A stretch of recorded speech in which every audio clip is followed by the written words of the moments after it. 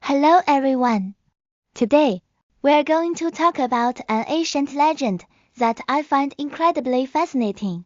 The story of Minister Bao Shi, Precious Joy, sacrificing his body to save 5 merchants. This story isn't just about compassion and sacrifice.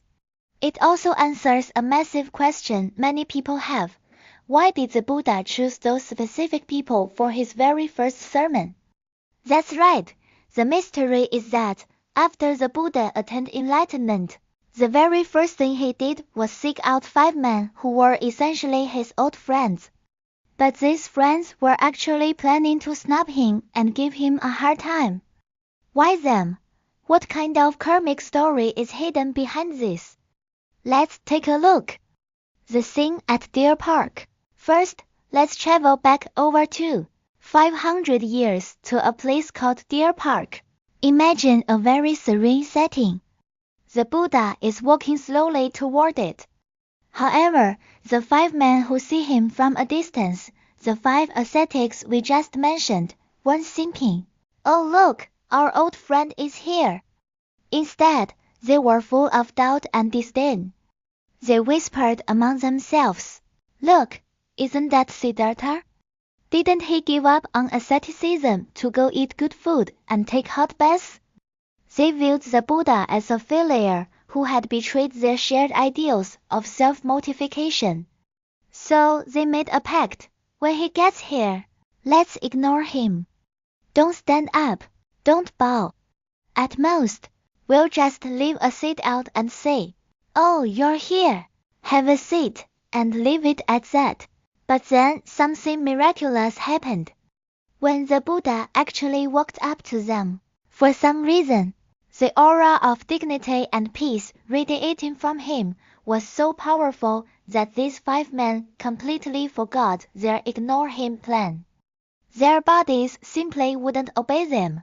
One by one, they stood up automatically. One rushed to prepare a seat. Another went to pour water. Their plan completely fell apart. Still, out of habit, they addressed him by his old name, Siddhartha. At this, the Buddha gently said to them, "You should no longer address me this way. For one who is fully awakened, you must use a respectful title."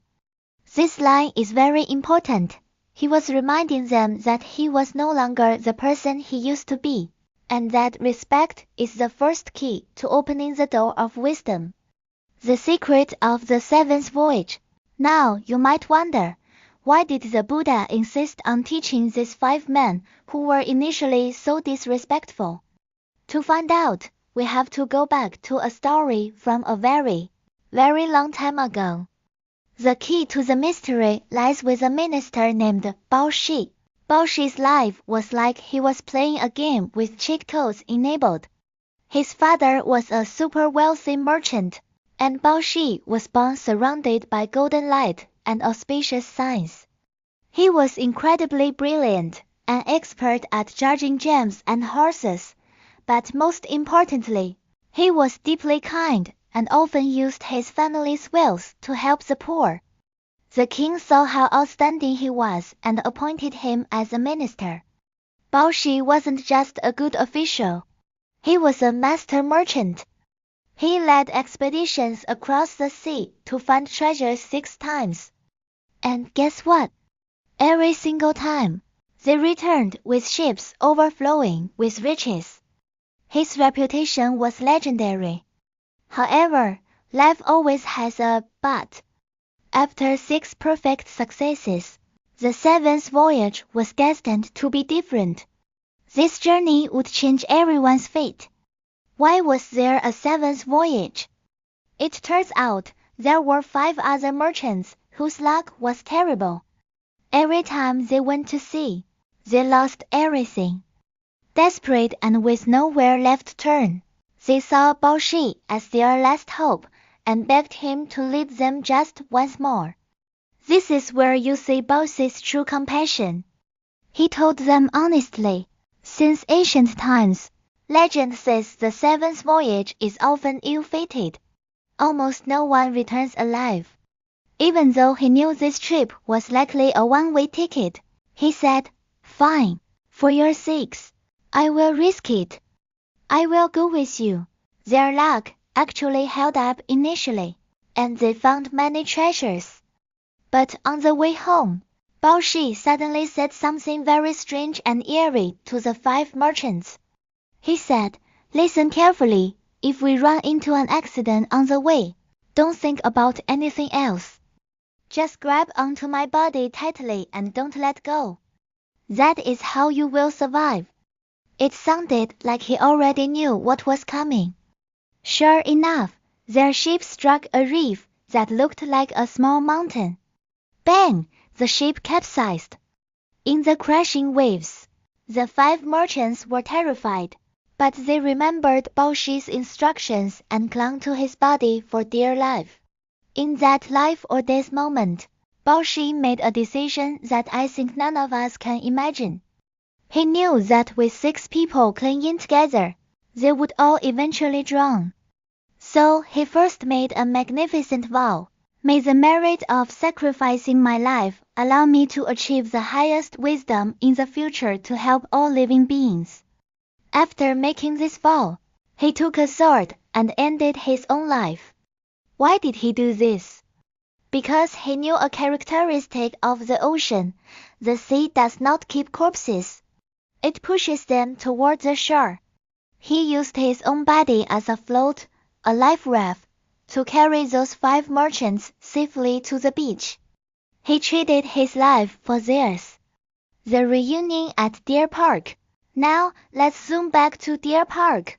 The Buddha is there, and the 5 ascetics are there.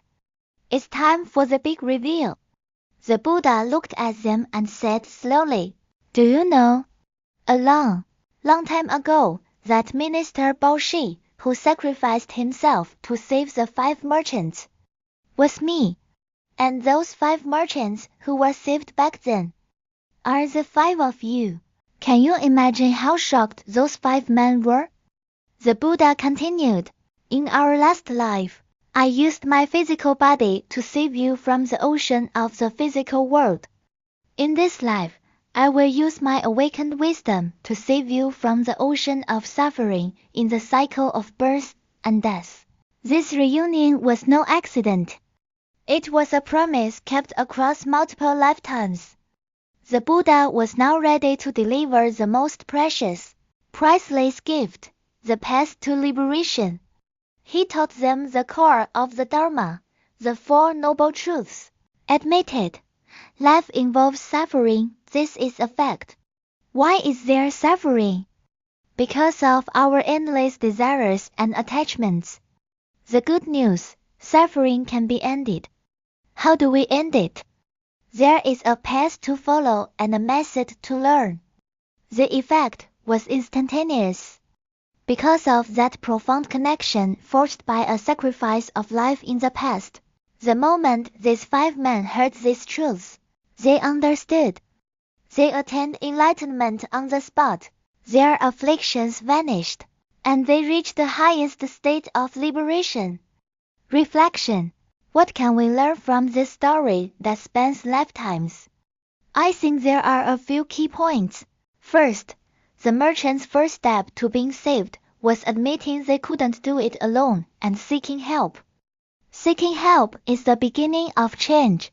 Second, their shift from disdain to respect was a crucial key that allowed them to actually hear the Dharma and receive wisdom. Third, it proves that karma is real. A selfless act of compassion from Minister Bao Shi returned with such immense power ages later. Finally, I'll leave you with a question to think about. When those 5 merchants were lost at sea in the physical world, they knew to seek Bao Shi's help. What about us? In the vast ocean of our lives, when we get lost or hit by storms, who or where do we look for that lighthouse that can truly guide us? That's a question worth reflecting on. That's all for today. Thank you, everyone.